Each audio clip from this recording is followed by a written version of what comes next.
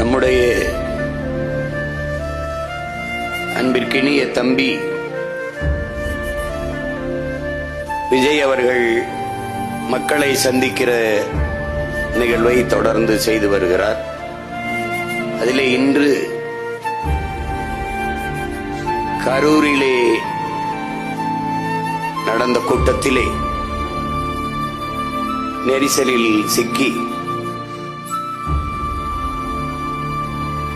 20 பேர் உயிரிழந்து விட்டார்கள் என்கிற துயர செய்தியை நமக்கு சொன்னபோது மிகுந்த மனவலியாக இருக்கிறது. அதிலே உயிரிழந்த நமது அன்பு பிள்ளைகள், உறவுகள் எல்லோருக்கும் நம்முடைய கண்ணீர் வணக்கத்தை செலுத்துவோம்.